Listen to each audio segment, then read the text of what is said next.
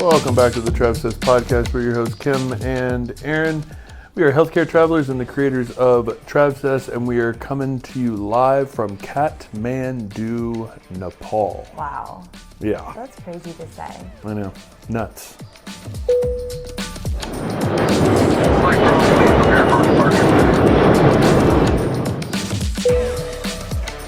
All right. So, what did we say? 22nd country? You said that, but I feel like we've been to way more countries, because I feel like the last time we had this discussion about how many countries we've been to, we were at 25. No. And so, really? No, I have a list, an ongoing list going, because we get so confused. Because we don't count countries that we've like flown into or anything like that. We count actually being on the ground and having an experience. Yeah, no, I know.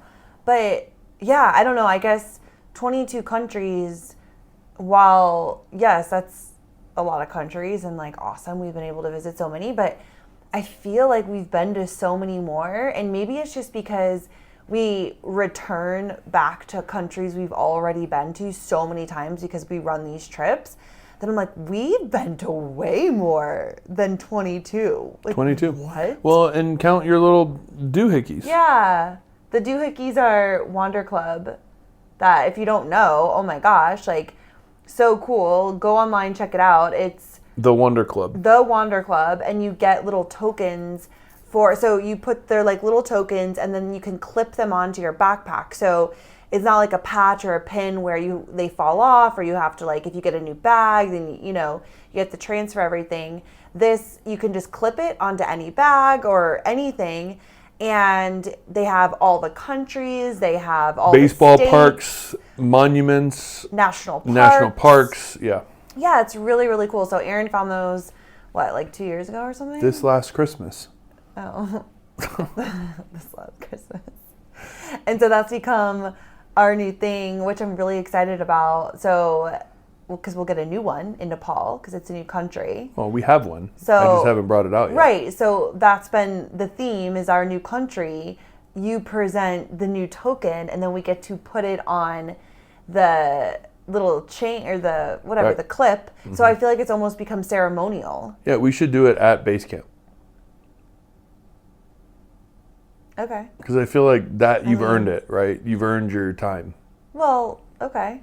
Yeah, I love that. We get 2 new tokens. Just on this trip. One for Nepal and then one for Japan, which is really cool. So I'm excited. And I ordered Australia, which I have. Okay. Because we're not going. It's a little premature. We have to go. I mean, We've been saying we are going to go to Australia for I don't know how many years. We've been going to Bali now for what, 7-8 years? Mm-hmm. And literally Australia is Bali's neighbor. Like, we're always on that side of the world, which is so crazy. And we're always like, okay, let's go to Australia. And I have family. My aunt and uncle live in Tasmania, which is an island it's Australia. It's an island in Australia. And we're like, let's go. And also to get the continent, because then we'll only need to go to Antarctica, and we'll have gone to all... 7. Is it 7? I always think it's 8. 7. 7 continents. And something always happens and we never end up going. So we're like, this year, because we have Bali, we have New Zealand, then we have a Bali trip, and then we're like, okay, after the Bali trip, we're really going to go to Australia.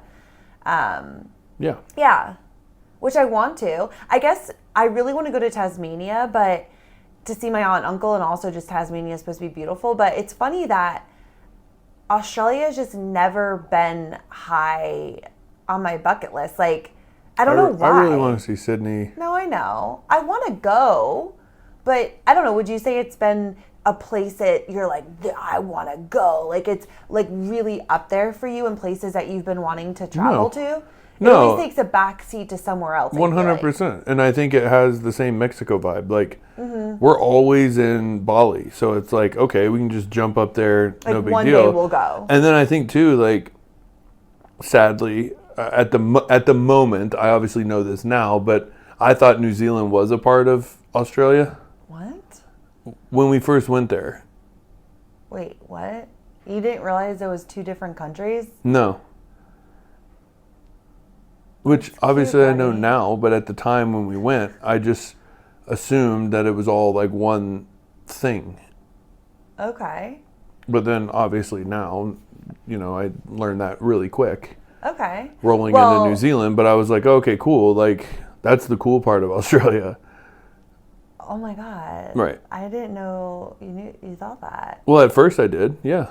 Interesting. Yeah. Well, New Zealand and Oceania, or New Zealand and Australia are considered like Oceania. Mm-hmm. So that's fair. But yes, 2 Right. separate countries. Right. And Australia is its own continent. Well, right, but I thought if that's more or less what I was thinking. If you've been to New Zealand, is it a part of the Australian continent?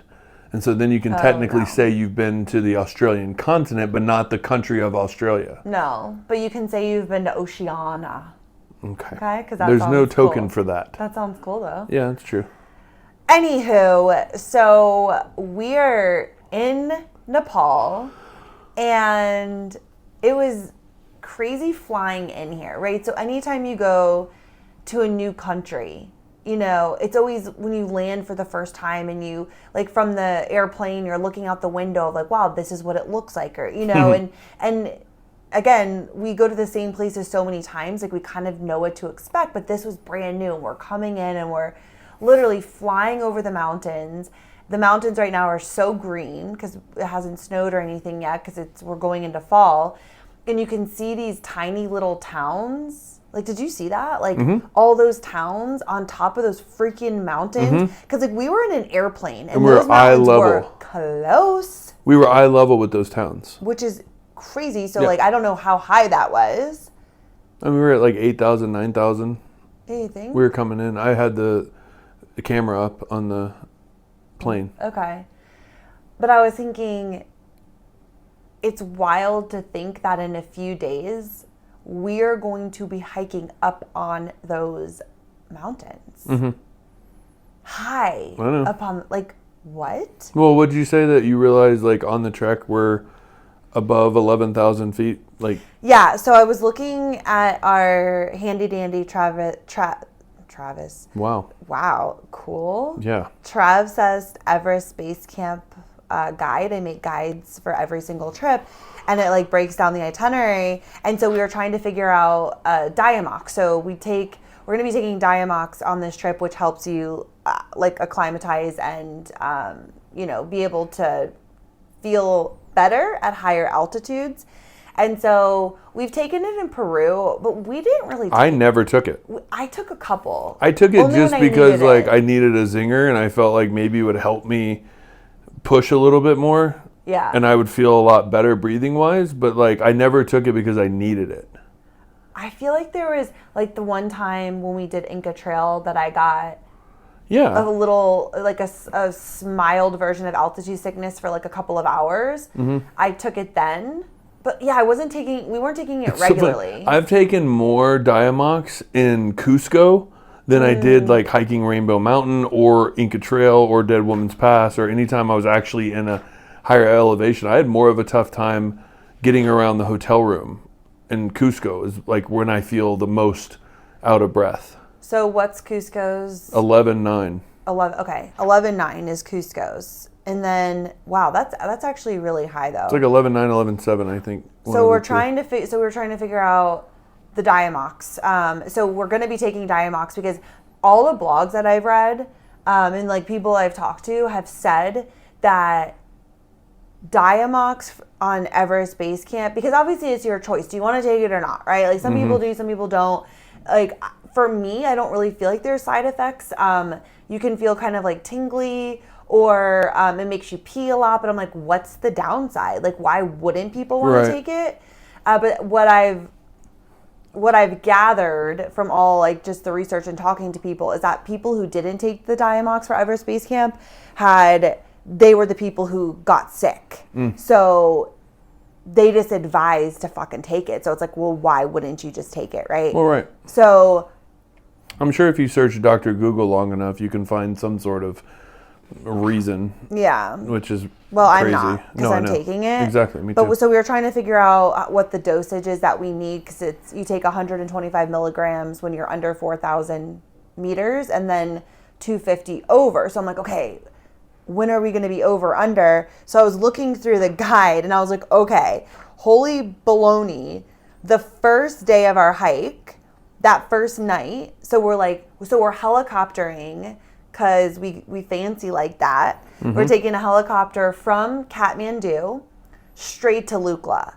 And so a lot of people, at this time of year, there's no flights from Kathmandu to Lukla, so they have to drive. And it's typically like a 4-hour drive, but they just had crazy floods and roads were washed out and stuff. So landslides. Yeah, like crazy. So now it's a 7-hour drive. And so people have to do that and then start Everspace, like the trail, which starts in Lukla. And so our group, we are taking a helicopter directly to Lukla so that we can bypass, and we did this before even like the landslides and stuff. We're like, this is a cool experience because we get to fly in a helicopter over the Himalayas, but also bypassing all that BS because when you're beginning a hike, the last thing I want to do is be exhausted or sitting in a car on these crazy roads to get ready to go hike. Like, I just want to get there. Mm-hmm. So we're literally helicoptering to the trailhead, essentially. And so that first night, we're at 8,694 feet. Mm-hmm. Okay. After that, the rest of the hike, so we're hiking 11 days, we're above 10,000 feet the entire time. Mm-hmm. So that's interesting. So the next day is almost 12,000, 13. So it's interesting because what you just said, Cusco is 11,700 feet. We're basically going to be above that for the entire hike. Mm-hmm. So we've hiked at altitude before, but I think the difference with this hike is that, like for Inca Trail, like the highest point, the highest altitude, like which we had to climb to get to, we were there for a period of time and then we descended, was what, 13,000 feet at Dead Woman's Pass? 13,980. Okay. And then what was Salcantay? Salcantay was 15. Okay. So this is like our Rainbow highest. Mountain was 17. Yeah. So our highest that we get to and then descend from. Base camp is a gradual, like you are at high altitude the entire time. So it's not like you're going up and then back down. So I think that's going to be the interesting part. Totally. That's how we're going to, yeah. That's the most difficult part. It's not necessarily even the terrain. It's more or less the altitude. Right. Which is crazy. I'm interested. I think we're going to, so this group, everybody that is in this group, we've hiked with before. And except one girl, but she just got done hiking the Pacific Crest Trail. By herself. Badass. Yeah. And so this group we were very specific with who we were going to hike with because, you know, you got to have a good mindset, a positive attitude. And some people we haven't hiked with at altitude, but we hiked with in Patagonia. But we know like their attitude, their mindset, all of that. That's true. Because it's a mix of people we've hiked in Peru with and Patagonia. Altitude is a great equalizer. I know. Yeah. I think the thing too is because I feel like when I'm in Cusco, okay, that when you're walking, yes, you can feel it. I feel like you always struggle more than me, but I have found that if I try not to like think about it too much or put too much energy or emphasis on it, because I found that if I start to like think about it, or if I'm laying in bed for some reason, I can like feel it where my heart starts beating fast and I'm like, ooh, like I'm having a hard time taking in breath, that I start to get a panicky feeling. Oh, really? And when you start to get that at least me, like when I start thinking about it, it almost makes me feel panicky, which then makes it harder to breathe. So I feel like I just try not to think about it. I'm just like, I'm good. I can breathe. All is well. I don't know. It's like a mindset thing for me, I think. No, I can understand that. I guess, yeah, I mean, I get that. I don't know. When I say it to you, I'm just like almost intrigued about the fact that like I was fine walking to dinner, but now I'm laying in bed and I can't breathe. It's the bed. It's always the bed. It's like the weirdest thing. Like, and it's like, like you can feel it. You feel that tightness in your chest, and it's like, it can get scary. Of just like, okay, wait, I was just fine. Mm-hmm. It's like, why am I struggling now? And like just bending over and putting on your pants and tying your shoes. When you bend over like that, it's like, it's a weird phenomenon that you have to get used to. And I have never been nervous until after that Oaxaca hike. And I don't know if it's because you and I were sick. And like, I was thinking about that because that was under Cusco. It was 10,000 feet. It was 10,900. And like, my chest hurt so bad while we were hiking. Mm-hmm. But then when we went to the cabins, I didn't have any issues. I wasn't struggling to breathe. I wasn't like, oh God, I'm like whatever. And we were still up there. So like, it wasn't like we had a huge elevation gain when we were hiking. We were at that elevation. And so I just think it was like from being sick. Yeah. I mean, we had been eating and drinking every day, not exercising, and sick. So that combination, I think regardless, you're just not going to feel your best. Well, I mean, eating and drinking, I can understand you're going to be slower. You're not going to be like, feeling your best. But that, I don't think that had a lot to do with the fact my chest hurt so bad. And that was like, I was difficult breathing in Oaxaca. And all I could think about was, oh dear God, like in the next couple months, we're heading to Everest. I mean, yeah, I didn't think it was that hard, but I felt it, but I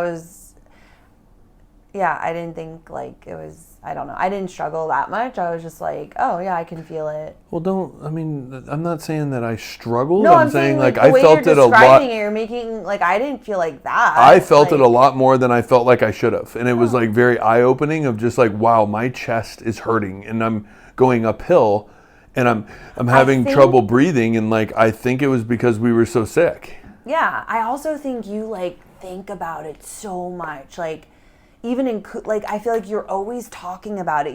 I feel like, and maybe I'm wrong, okay? My perception is that it feels like you talk about it a lot and you think about it a lot and you're kind of in your head.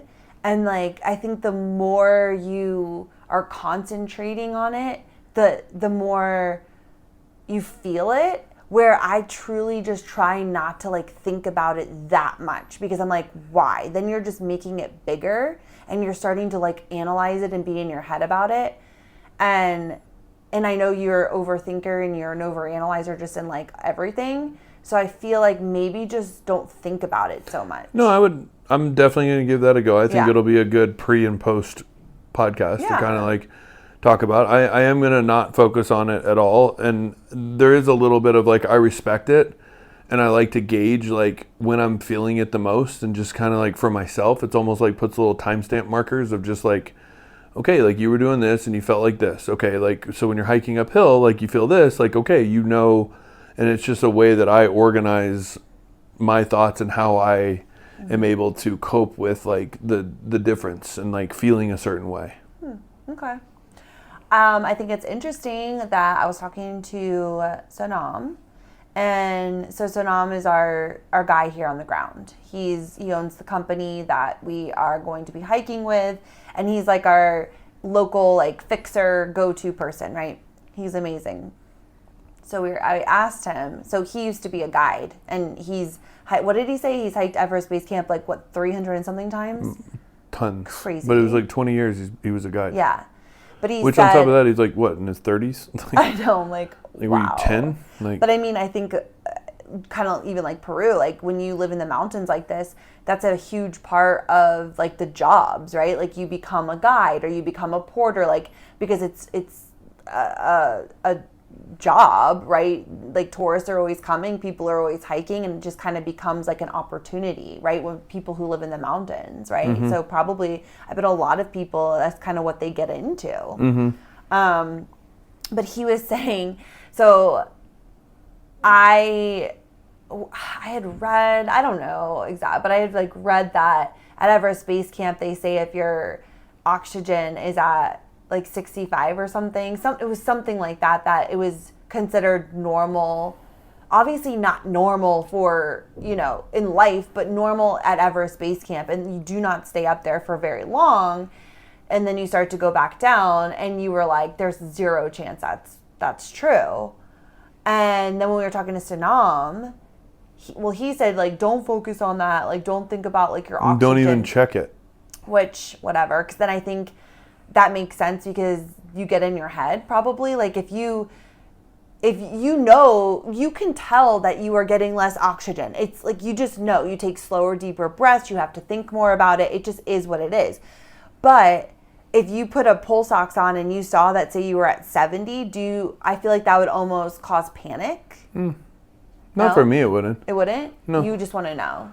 Yeah, because like, I mean, again, that is based off the individual. For me, I'm like, I know what I'm into. It's not a surprise, right? It's like almost like when you drink, you want to take like a breathalyzer to be like, dude, I'm at like a 0.4. Like, I'm still functioning. Like, you just, I don't know, maybe just you never wanted to do that, right? Like, no. Okay.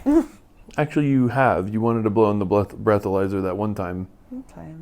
Somebody had a breathalyzer in Wisconsin, and you wanted to like blow in it to see like what you were operating at. Yeah, okay. Right? And so like, if I'm hiking Everest Base Camp and I'm struggling a little bit, but I put on the pulse ox, I'm like, damn, like I'm a 70, like that's crazy. Like my body is functioning perfectly fine and strong at 70. Like that's nuts. Yeah. It's not to be like, oh my God, I'm gonna die. Well, yeah, and I think when you know it's normal, and that's what he confirmed. Like that is normal, and that is part of what's gonna happen. Yeah, I mean, they say when you're sleeping, you're looking at your partner and they're cyanotic. Like their freaking lips are blue, their fingers are blue. Like, yeah, it's fucking weird, dude. I'm interested. So this is our pre-Everest Base Camp podcast. And then we're going to take off the next 2 weeks, because we will not be putting out a podcast the next 2 weeks, because we will be actually hiking. And we will not have Wi-Fi. We will not have service. And we're just going to disconnect and be present with the hike. So we'll do a post-Everest Base Camp podcast. I'll be interested to see this compared to like how we feel post. But that being said too, it's like, this is why you hire guides. So people can do Everest Base Camp. They don't hire guides. They just do it alone. And really? Yeah. Yeah, you can do it solo. I didn't know that. Yeah, you can do it solo. I thought it was like kind of like the Inca Trail. Like you had to. No. Interesting. But you have to book your tea houses individually? You have to, book your tea houses and all that. They might have changed it, but like, you know, Katie and Ben from Two Wandering Souls, it's a blog that I love. Your best friends? Yeah, they don't know it yet. They did it solo. There's no guide, just went out and did it. So people do it. They might have changed it where you have to have a guide, like a local guide now, because a lot of places will do that, because A, it's good for the economy, it gives local people jobs, but also like protection. Yeah, like you have an expert who in the mountains, and they can make sure that you're okay, and you know, signs of altitude sickness, and okay, something, you know, you need to get off this mountain, let me arrange help for you to get off the mountain. Like you have like a support team with you, which for me is well worth it. And I love having a guide, because not only do you have someone like taking care of you and supporting you along the way, but like you're also like learning. Like we learn so much from our guides about where we are and the history and the mountains, and just things that if you didn't have a guide, you just wouldn't know. You know? Totally. And I think, to be honest with you, I find the biggest importance of having a guide is, like, for instance, you and I versus somebody else, right? Like, we might think, oh, dude, we're good. Like, I'm not stopping at this tea house. I'm going to keep going, right? And they're very familiar with how to make sure that you get to Everest Base Camp. And you might feel that you could make it 2 more tea houses, but you're climbing such high altitudes that you're going to rush that And so it's like, no, like stop here, rest, we're good, and we're gonna call it a day, and we'll go to the next spot tomorrow. Like, whereas it kind of would feel like, damn, I could go like 3 more hours, you know? Yeah. Yeah. But it's all for a purpose. Yeah, 100%. Yeah, this will be the first. So the longest we've gone without showering is what, 5 days? Mm-hmm. So this will be 11. I would even say 4 for me because I always showered at the cold shower in Peru. Oof, okay. 11 days, no showering, which they do have some tea houses at the lower altitudes do have showers that you can pay for. There's not like a guarantee it's going to be hot. But also it's cold AF. So they say you don't really want to expose yourself to being wet and then being in the cold and that it's cold, like you don't even want to shower, which also, so it'll be interesting to see how we feel after 11 days without showering. But I'll say that we use body wipes, like in Peru, that's what we used. And I always feel very clean, like almost cleaner than a shower sometimes. Like I just feel very... Well, congrats You to don't? you. Hell no. Really? Dude, I use those wipes and I still smell the same. No. Yes. Well, now you have your new stinky lotion. I feel refreshed, but I don't like... I mean, obviously it's not progressing the smell, but I still like... If I kind of put my hand down in that region, like it would still be like, wow, In okay, your like... butt? Not in my butt, like in my bathing suit area. In your privates? Yeah. Ew. Well, we got this special, what's it called? Loom that your mom told us about, actually.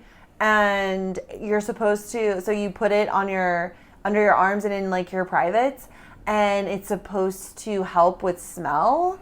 And so we actually used it on our flight because we traveled for 20 something hours. 24 hours. And so we used it on the flight and just to kind of do a test run. And honestly, I smelled like a fucking rose. No, I smelled amazing. No, that was really cool because I did take a shower in Doha and my clothes smelled how they would smell after, 8 hours of working. Yeah. Like just normal, right? So it wasn't like, oh God, but usually after 24 hours, I can smell myself in the airplane seat. And I'm like, oh my God, I feel so like yucky, insecure of like, do I smell that bad in real life? Like when I walk by people, like that's horrible. And so the Loom really helped. I think it's going to help you. It was really crazy because, everybody always says like they're always listening, but I saw the Loom creator on TV. It was like a commercial and she's like, I'm the creator of Loom. She was a doctor and she basically lowers your skin's pH so that the odor doesn't come. Okay. And so it stabilizes the pH in that area. I'm here for that. Yeah, so I thought it was kind of cool, but I don't really like the smell. It kind of makes me gag. It smells like fupa cheese. Yeah. Ugh. It's fupa cheese. But why? But it also smells like rose. So it goes on as fupa cheese, and then if you smell your hands, it smells like I have tangerine. Yeah. So it smells like tangerine.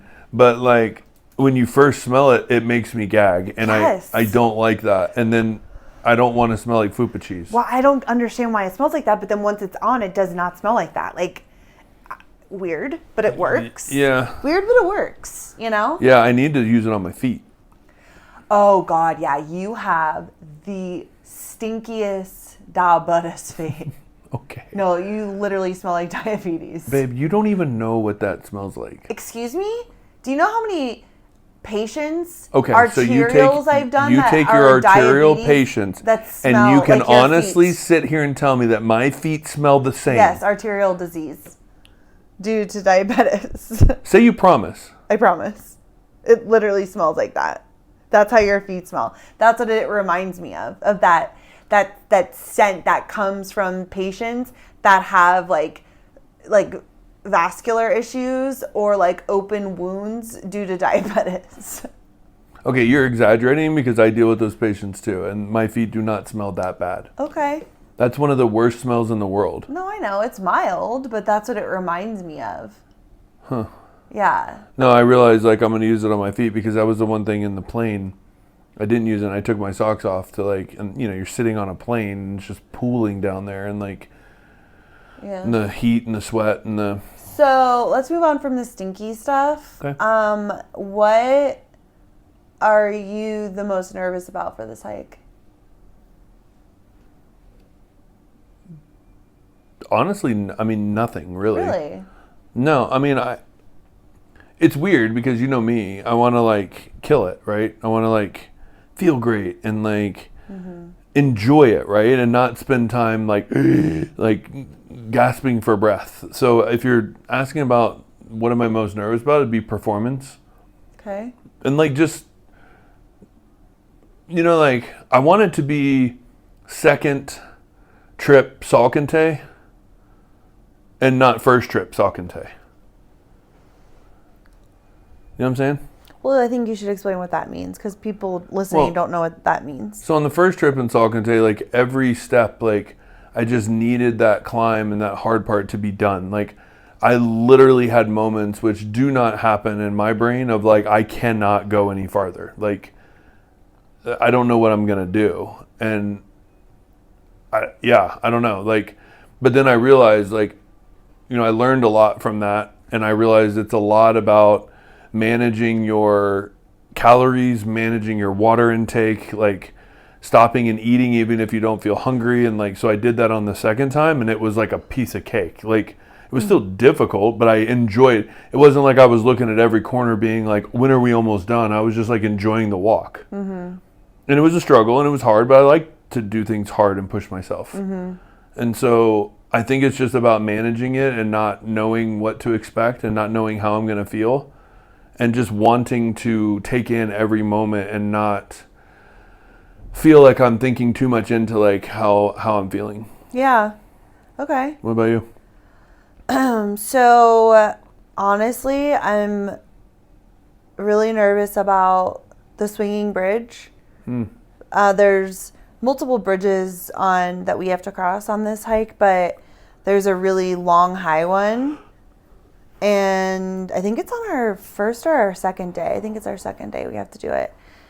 And I'm scared of heights, and so it's just something I'm like I've been thinking about, and so I'm trying not to psych myself out and just be like it's fine. Like this is what people do. Like thousands of people do this hike. It's but I'm nervous about it.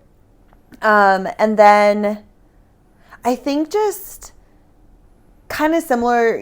We've done long multi-day hikes before.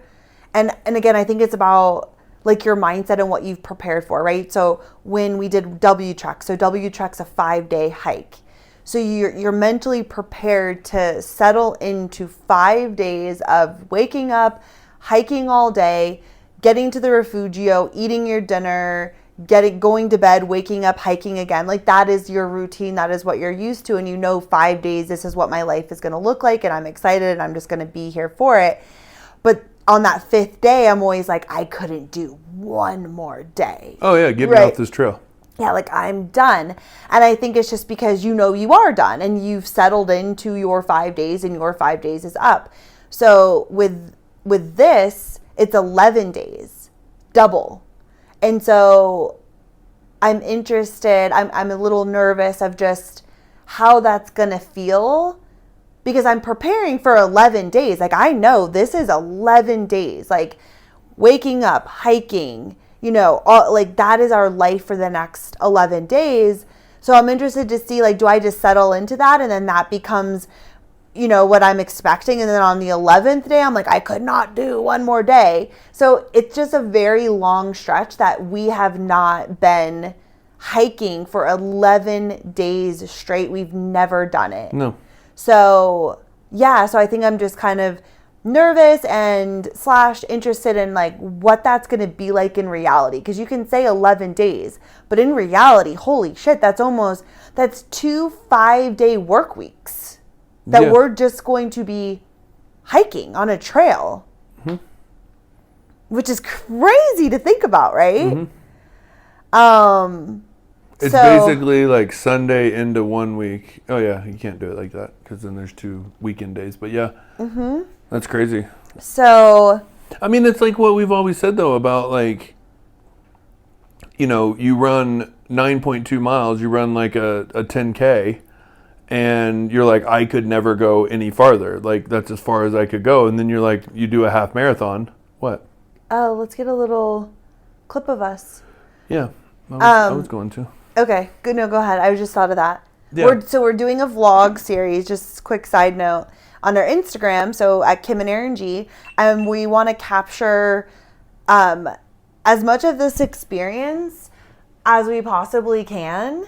And so we're going to do like these quick vlogs in the form of a reel, and to be able to share this experience and share the hike and share what it's like on the Instagrams. And so I just said, oh my gosh, because we're doing our vlog today, so I'm like, we got to get a little clippage, a little footage of the video for the vlog. So I just remembered that. Perfect. Done. Okay, sorry. Well, you were talking about your thought of like when you're running 9.2 miles. Yeah, and you're like, there's no way I could run another 1/10 of a mile. Right. Like, I'm glad it was 9.2. And then like you sign up for a half marathon, and you're like, there's no way in God's green earth I'll ever do a marathon. And then people do marathons, right?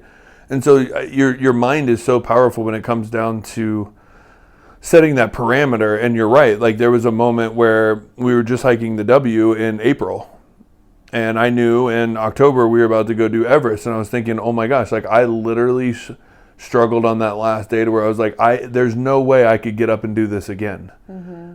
And we were heading out and we were leaving, and like I was thinking, it's double this. I would have the same amount of days again, like to continue to hike. But there's so much like newness about it, right? Like it's new scenery, it's gorgeous, it's a new place on the earth that we've never been. We have 13 amazing travelers on this trip, like conversations and being like just in it, right? Like, I know it's 11 days. There's no way out. So your brain does click in. It does, yeah. I think that's something I'm really looking forward to and excited about, of having this experience, right? And doing this challenge, because we love challenge. Like, we love to push ourselves. We love a challenge. And hiking Everest Base Camp has been on our bucket list from when we did our first ever Peru trip. And we talked about doing this with Joe, who's a friend, and he came on our first ever Peru trip. And I would have loved to have done it with them, but they weren't able to come. But we talked about doing this. And then we watched Karen and Nate, and they hiked Everest Base Camp, and we were like, whoa, like, that looks insane. Like, could you imagine doing that? And so just the fact that we're here now, all these years later, and we're getting ready to go have this challenge and to push ourselves and to have this incredible experience. Like, we're hiking through the Himalayan mountains, like to Mount Everest, right? Where like you hear about it, and like it always seems like this far off crazy place of like, these people climb Mount Everest, oh my God. And it seems like this completely different world, and we're here in this world now, gearing up to go do this with a group of people who we absolutely love. And I know the memories that we're going to create and the conversations that we're going to have and the connections and the moments that we're all going to be like, oh my God, nobody will ever understand what we're going through together. And like how these kinds of trips, like we always say, like we love all of our trips, but like our hiking trips, like these kinds of challenge trips are always our favorite trips to host, because of just the connections and the bonds that are created from sharing this experience and doing something hard and pushing yourself as a unit, as a family, as a group, and how close we all get doing it, or, you know, doing this together. And I love it. I absolutely love it. So I'm excited to do this with this group of people. And we know every single person. We love every single person. And I just think it's going to be a magical vibe and group and experience. And I can't wait. No, I mean, it's like on that point, like just talking Travsessed adventures in a whole, like these things are difficult, right? And this is not like you and I just going on vacation and asking 13 friends to come along, which, you know, it's part of like what we like to do and we will continue to do throughout the years, right? And hopefully gaining in popularity and more people wanting to do it once they've seen that we've done it with a group, and like it just continues to grow every single year. And like, but there is a little bit of me that, if I'm just being 100% honest, like it's a tough feeling to not do the Perus, the Everests, the Patagonias, because of what happens on these trips. Like I want to be a part of that. Like we've created this for You mean these, not hosting it? correct. Yeah, like yeah. to think that like I'm not going to be with this group and like feel all the feels with the group and like stuff that in the inside jokes and the things that are going to come up and the close-knit conversations and the emotions that will come up and like just how close we're going to be by the end of this. Like that is the value of these trips for me. Like I love that. It is an inseparable bond that we will always have with these people. Oh, 100%. And we've had it with Peru 1, and that's what kept us going. Peru 2 had its own closeness, and then it just keeps going. Salcantay and Patagonia, like everybody, you're close within that group for that group. 100%. And like, I want to continue that. I like building those close-knit bonds with those people. Yeah, and honestly, like these, I don't know if I'll ever probably do Everest base camp. That's what it's more you of like saying I'm not doing it again. But also I said that about Inca Trail but we're gonna do Inca Trail this year because it's something that I want to do at least one more time, just because I know how special that experience is. And we've done Salcantay and we've done Inca, and I loved Salcantay and I loved our groups that we had, everything. But there is something so special about Inca Trail, 100%. and I want to do it one more time. And so who knows? Who knows, right? Like never say never. I'm never closed off to anything. But all of that being said, I just want to focus on this trip, this moment, this group, being fully present, being fully aware. And I think that's one thing too that, you know, I keep saying, because we designed badass freaking Everest shirts. So every trip we create a new shirt. I love these Everest Base Camp shirts. They're long sleeve. They're just like a vibe.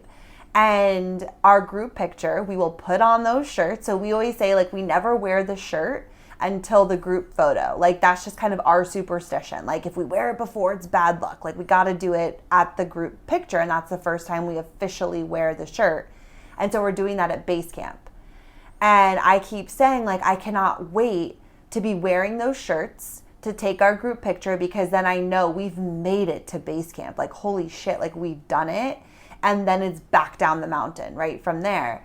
And I keep thinking that, but then I'm like, stop already wishing for it to be over, right? And just kind of really focus on being present every day. And like, okay, what's new today? What... you know, and just really being in the moment, because I think sometimes when things are hard or you're just like, okay, like I'm ready to be done. I'm ready for the, you know, and I want to be on the other side of it. And while that's true in some sense, I can't wait to like be on the other side of like, holy crap, we did it.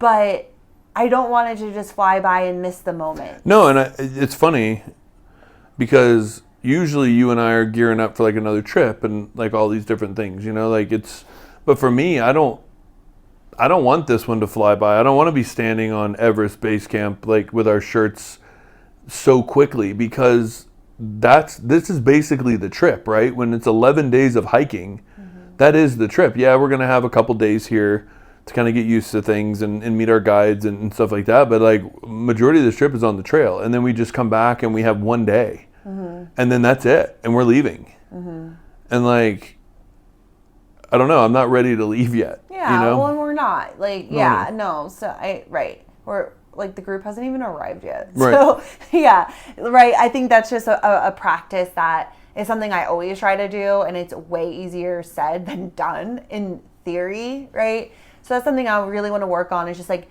being present and, like, being at the tea houses and enjoying the moments with everybody, even when we're, like, tired or cold or stinky or whatever, just, like, taking it all in, and another reason why we want to do this vlog series is not only to share on Instagram to kind of really give insight to this experience, but also just for us too, of like, I want to be present with it, which I love doing these little vlogs because it's not totally consuming. It's just getting little clips. So you're not like constantly focused on getting the clip, getting the shot, getting this. So you really can be present, but then we can go back and like watch these later too, of just capturing the essence of like the feeling of this trip. So I'm definitely excited. I'm nervous.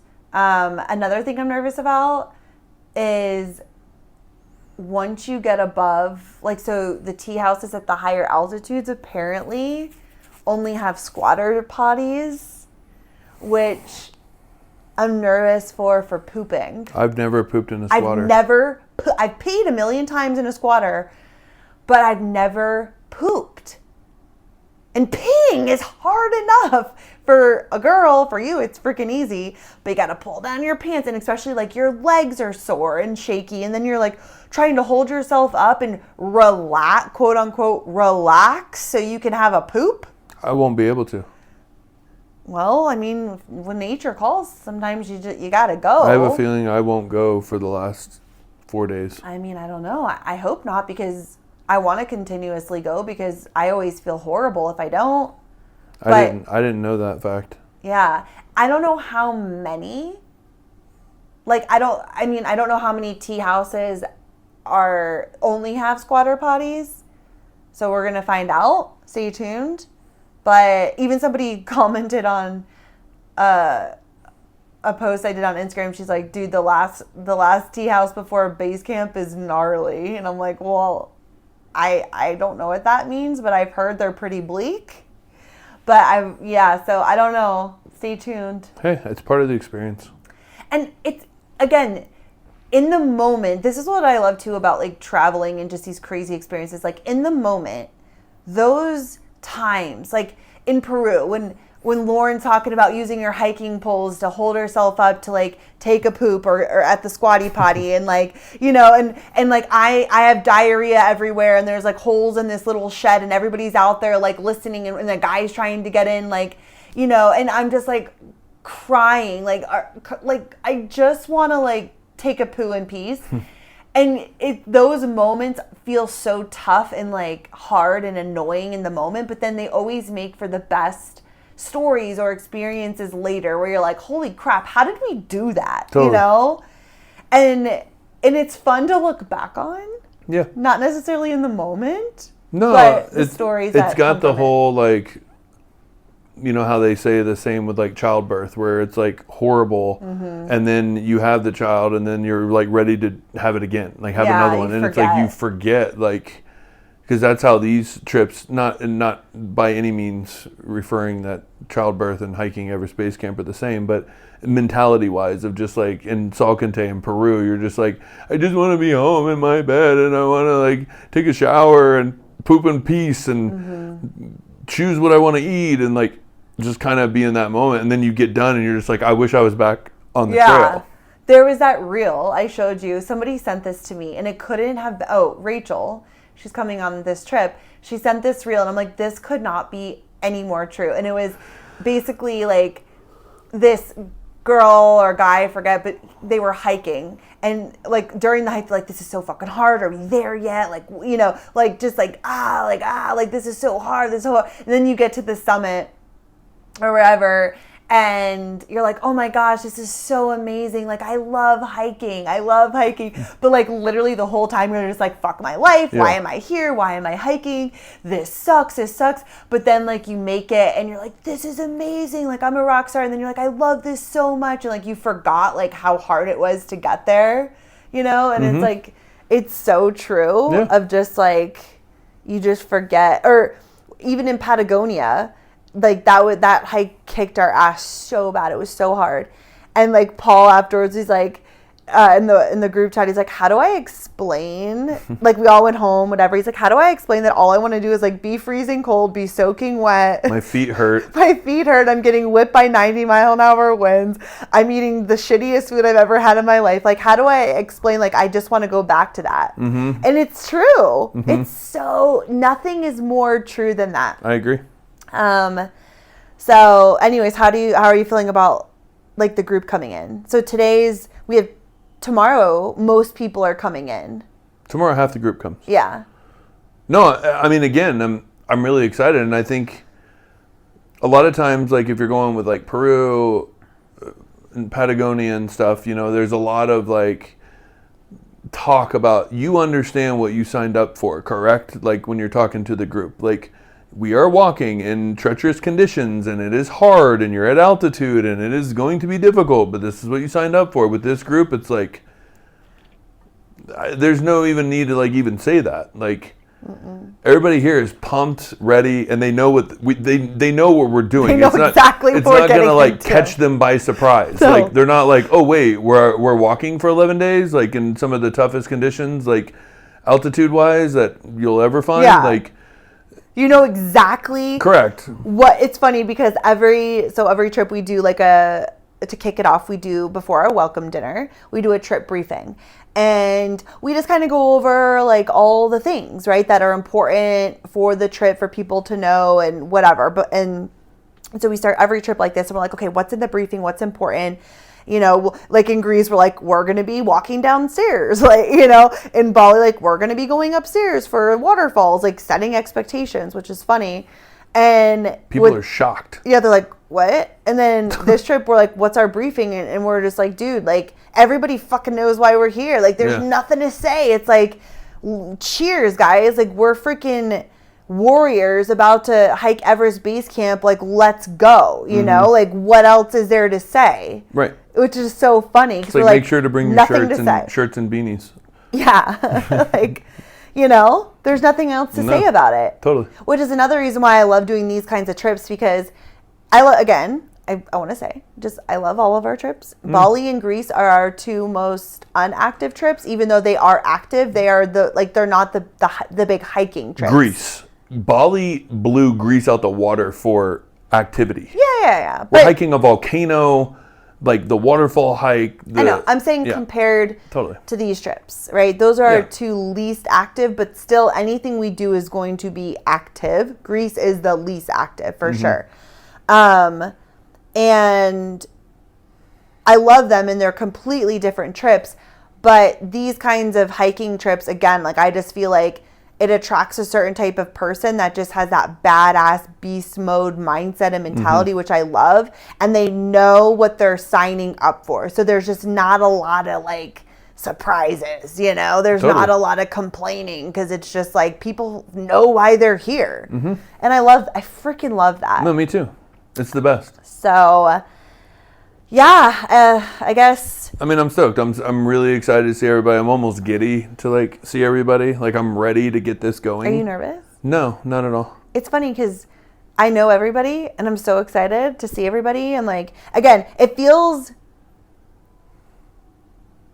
almost unfair of like, this is like quote unquote work, right? Like it took a lot of energy to plan and to organize and we are hosting and we have to make sure like, because a big portion of it is the hike, but then like we're doing a welcome dinner, we're doing a food tour, we're doing a city tour, we're doing massage, like we have other things and like coordinating all, like, so there's work to be done. There was work building up to this, right? So quote unquote, this is work, but it also feels so unfair to say that because I feel like all of our friends, like people we genuinely love, right? And like want to be with and want to spend time with and like would travel anywhere with are like coming into town and we're all going to go do this hike together, you know? Totally.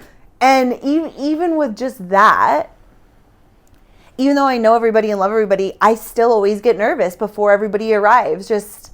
I always just get nervous. I can tell you for some reason something's happened and I actually have to check myself because after Greece was so many personal logistics on you and I. Oh my God. It was exhausting. It was exhausting and there was so much to think about and like organize and God bless Aaron and Adam for taking that. I still like think about that. Like comparatively to this trip. Yeah. Like my spreadsheet fits on like one little tiny like 4 boxes. Yeah. It's like welcome dinner, farewell dinner, and that's pretty much in the massages. And food tour. That's it. Yeah. Like okay. Well, yeah, and there's other things. There's other things, but like don't oversimplify something that's not. I'm not oversimplifying. I'm looking at it through my eyes. You're comparing it to Greece. Totally. And so like coming off of Greece, which feels like we just left there, and it's like looking at that of like what preparation went into that to this, it's almost refreshing. It's like, okay, like if we can handle Greece, like it's a piece of cake. Right. For us. And Greece, we were the guides. Aaron and I were the guides. Adam and Aaron were the guides, right? Like we were the guides in charge of every single moving part of that trip. And here, we have local guides the entire time, right? So like we have our hiking guides, we have our city like local guide, we have our food tour guide, like we have guides for every single thing we're doing. So like we get to show up and be present with the trip and have like the local guides take over, taking care of us. Yeah. We have that team of support, which I absolutely love, and it feels like a walk in the park compared to Greece. No, I know, and it's funny looking at like Peru felt so overwhelming. I know. But it's like the same thing. Like we have guides the whole way, and I know. every excursion we do, there's somebody taking charge of the group. It's not you and I. Right, making sure we're just okay. there to guide, to make sure we show up on time and everybody's got their smiles on and feeling good and like enjoying like the experience. Yeah. Like, it's pretty much our role. Yeah. But like after Greece, then I was like, dude, all those trips are fucking piece of cake. Yeah, I know. It's so funny.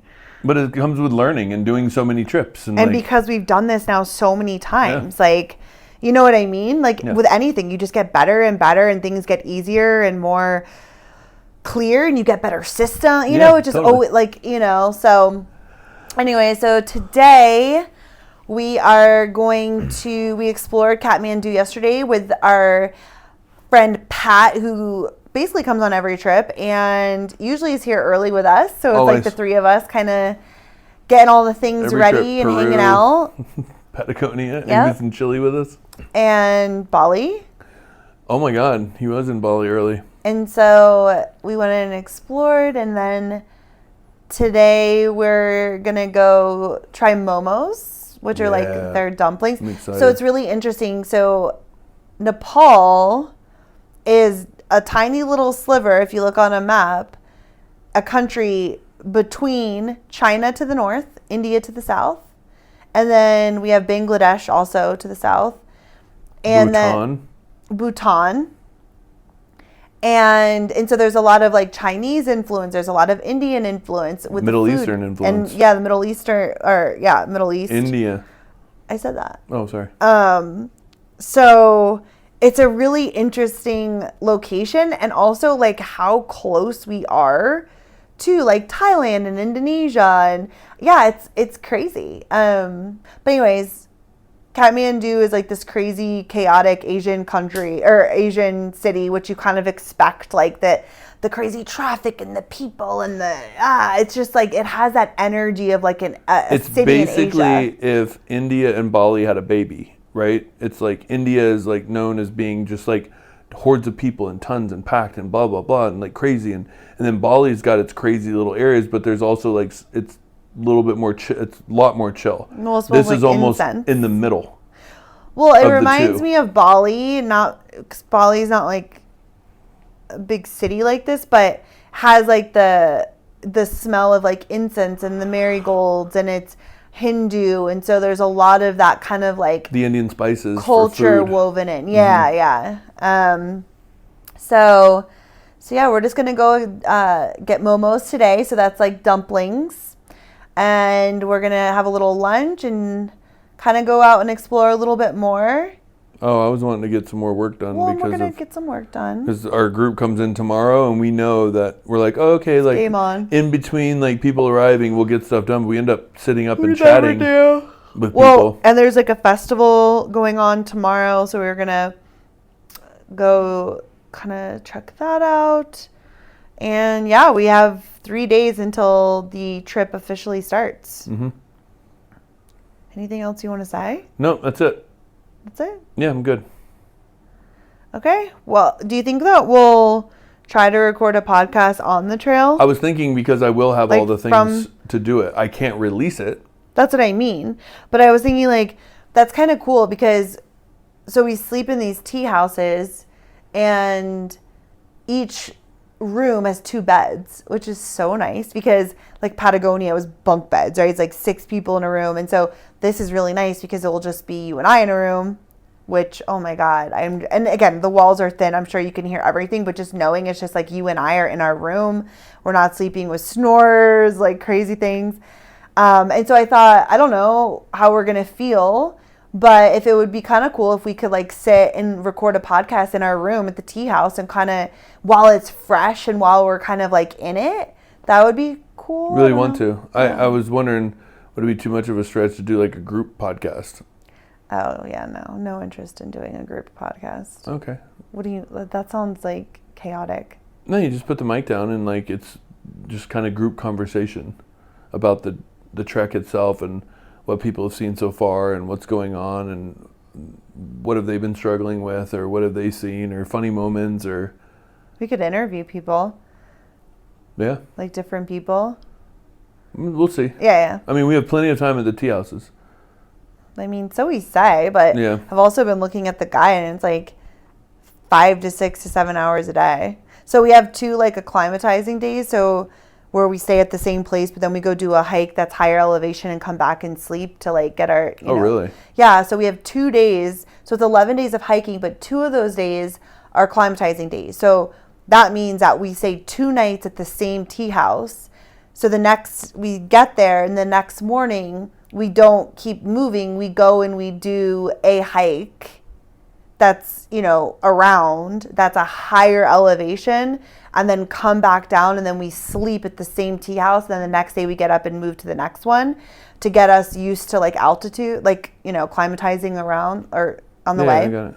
So those days will be like 2 to 3 hours of hiking. So we'll definitely have more time. So we could do a podcast. And then what is it like? How many days till we reach Everest base camp? I have to count. So we have, let's see, we have 1, 2, 3, 4, 5, 6, 7. 7 on our 8th day. We reach Everest Base Camp. So it takes us 8 days to get there, 3 days to get back? Yeah. Because you're going down. So it's just easier. And you have to think, too, going up, we're acclimatizing. 2 days of that. So 6 days technically. Because 2 of those days are acclimatizing days. So it's like half the time to get down because you're also going slower. It's like higher altitude. Us going down, we're just going to be like flying down. That's still crazy, though. Yeah. So we literally go back to Lukla? Yeah. Walking? Yeah. Huh. Yeah. Exactly. I don't know why, like, the math. I just was thinking to myself, maybe we go down a different way. No. We go back the same trail? Yeah. Which is interesting because at that point, so that's why some people will just like hike to Everest Base Camp and then take a helicopter back to Lukla because they're like, it's the same trail. But then technically you didn't do the full circuit. So remember when we were talking about this when we were planning the trip, we're like, should we just do the helicopter? Because then you're like, we made it. Let's get the F out of here and like go instead of then having to go back down. And you can, but then we were like, but you didn't technically hike the full circuit because the full circuit's 11 days. So we wanted to do like the full hike and be like, we end in Lukla. We started in Lukla walking, we're ending in Lukla walking, and we like finished the damn thing. So that's why we decided to do it that way. Okay. Perfect. Yeah, we'll all see. Right, well, we'll see. I mean, just count on us being out for 2 weeks because we won't be able to upload. Yeah. But we'll see what we can create while we're there. Yeah. And make sure to follow along with us on Instagram for our daily vlogs. And TikTok. Oh, and Talk. So we're going to upload the vlogs to Talk too. Mm-hmm. Are we Kim and Aaron G over there? I don't even know. We're just Kim and Aaron. Just Kim and Aaron. Okay. Follow us on the Talk. Watch the vlogs. And we will be back on the mic in a couple weeks and be on the other side of this whole thing. So crazy. All right. Well, we will see you later, Gator. Next time. Toots my goots.